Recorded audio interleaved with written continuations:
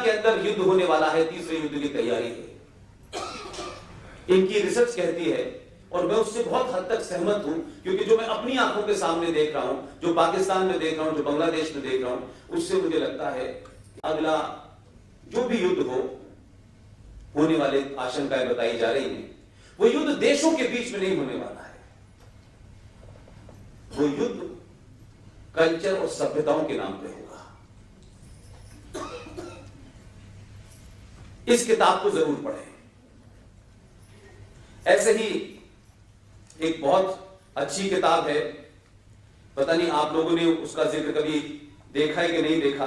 अगर वो किताब आप पढ़ें तो उस किताब का नाम है, अनवर शेख की किताब है, इस्लाम एंड टेररिज्म। इस्लाम को समझने के लिए हिंदुस्तान के मुसलमान की तरफ देख करके अगर जिसने भी इस्लाम समझ लिया, समझ लीजिए वो कंफ्यूज हो गया।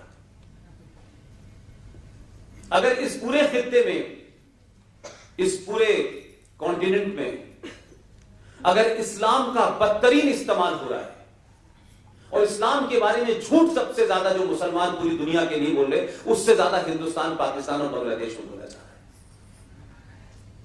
हमारे यहां इस्लाम एक मजहब नहीं है, इस्लाम एक डराने का हथियार है, अपनी नाजायज मांगों को मनवाने का एक हथियार है।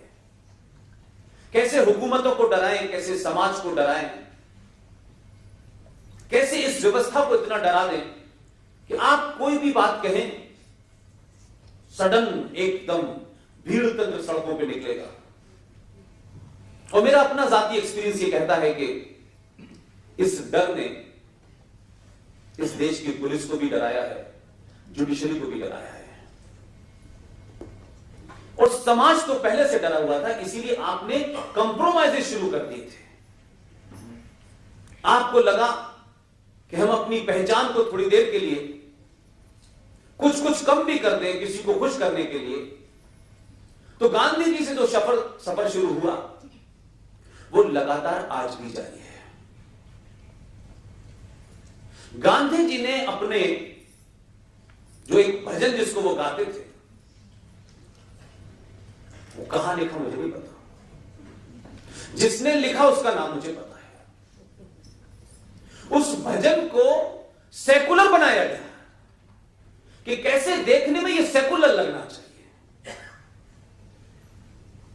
यानी दुनिया में मैंने कहीं ऐसा नहीं देखा कि आपकी पहचान जो भी है, जैसी भी है, किसी को खुश करने के लिए आपने मिटा दिया, और यही काम आपने किया था जिसके कारण आप 1000 साल से गुलाम रहे। लेकिन जब वक्त आया तो फिर दोबारा आप वही काम कर रहे हैं।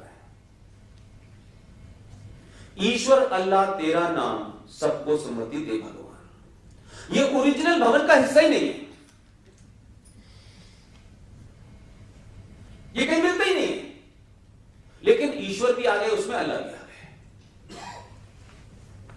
85वां एपिसोड है जो गांधी की लिखी हुई किताबें हैं कि मुसलमान गुस्से में थे तो इसने कहा इनको मंदिर में बुला लो, इनको मंदिर में नमाज पढ़ने दो, और अगर ये तुम्हें मारे तो इनसे लड़ना नहीं है, इनका दिल जीतना है। ये दिल जीतने की जो कला थी मुझे आज तक समझ में नहीं आई। हम खत्म हो गए, हमारा दिल खत्म हो गया, लेकिन हम दिल ही जीत रहे हैं काश। इसी तरीके से बहुत सारे कंप्रोमाइजेस हमने संविधान में कर लिए। पता नहीं क्या सोच के हमारे पूर्वजों ने किए थे। 70 साल के सफर में मुझे तो कम से कम ऐसा नहीं लगता है कि जिनको विजनरी कहा जा रहा है वो विजनरी थे। मैं अगर बहुत असभ्य भाषा में कहूं तो मुझे लगता है इस देश पे 70 साल तक बौने लोगों का कब्जा था। उन बौनों को कैसे बड़ा बनाया जाए, बड़ी बड़ी किताबें लिखी जा रही थी। कोई डिस्कवरी लिख रहा है, कोई भारत एक खोज लिख रहा है। कौन लिख रहा है, किसने भारत कहां खोजा, हमें नहीं पता। और किसने कौन सा फ्रीडम मूवमेंट में कौन लोग लड़ रहे थे कि जिनको अंग्रेज सजा भी इस बात की देते थे कि दिल्ली के ऑलमोस्ट पॉश इलाके में उनको अपने घर में नजरबंद कर दिया जाता था। और अंग्रेज साहब का आदमी उनसे पूछने आता था कि सुबह नाश्ते में आप क्या लेंगे, और अखबार कौन कौन सा पढ़ेंगे। ये नजरबंदी अगर है तो इस देश को नजरबंद हो जाने में ज्यादा अच्छा है। लेकिन उसी वक्त जब ये स्थिति दिल्ली में चल रही थी, उसी वक्त कोई आदमी, क्योंकि वो विजनरी नहीं था, वो एक्सीडेंटल हिंदू नहीं था, उसके अपने होने पे उसे कोई शर्म नहीं थी, और वो बुनियादी चीजें लड़ रहा था। आप ही के प्रदेश का एक शख्स अंडमान निकोबार में हजारों सालों से ऐसी चीजें भुगत रहा था जिसकी बात आज तक नहीं बताई गई।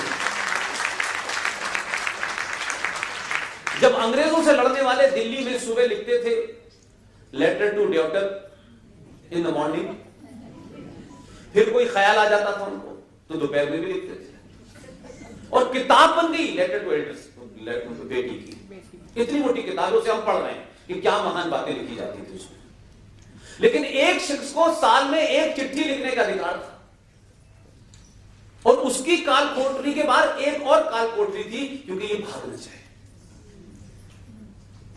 वो इस देश में आज विलियन है।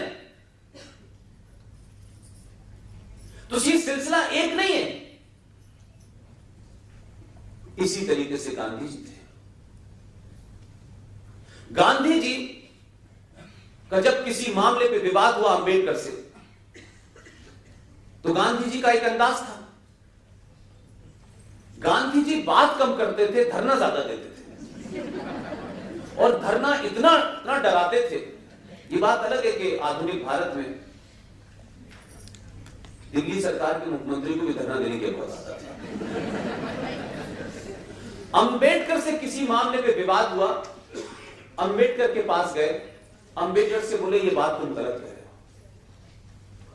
अंबेडकर ने कहा बात मेरी ठीक है, मैं तथ्यों पे कह रहा हूं। उन्होंने बात के आगे आर्गुमेंट नहीं किया, बोले तुम अपनी बात वापस ले लो, मैं धरने पे बैठ जाऊंगा।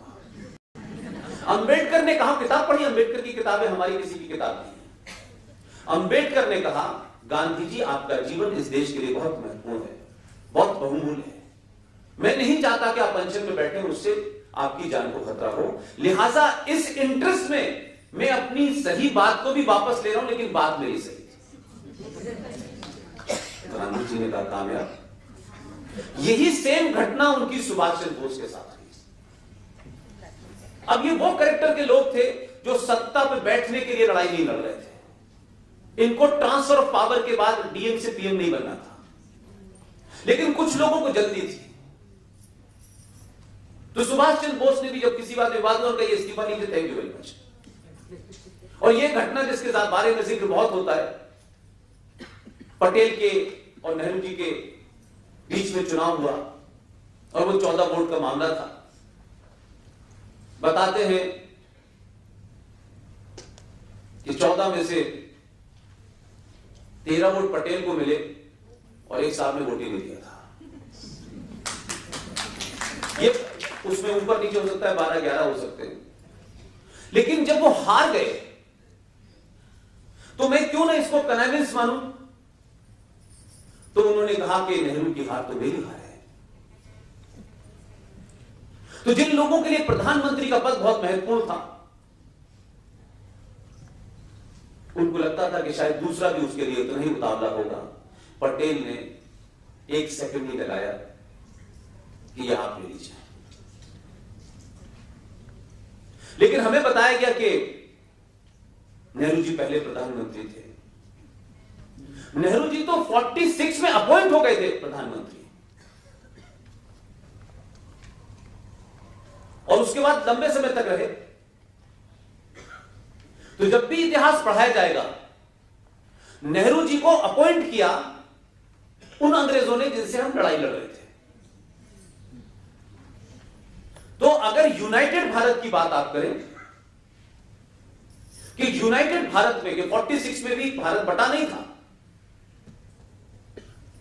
तो यूनाइटेड भारत में अगर कोई प्रधानमंत्री बना जो किसी के रहमो करम पे नहीं बना, जिसने अपनी एक फौज खड़ी की और पूरी फौज लेकर के नॉर्थ ईस्ट के इलाके मोयान में आया और पूरा का पूरा मणिपुर से लेकर के सारे इलाके में खड़ा हुआ। उसने अपनी करेंसी भी जारी की, उसने अपना बैंक भी जारी किया और दुनिया के 11 देशों ने उसे मान्यता दी। उस आदमी का नाम था सुभाष चंद्र बोस।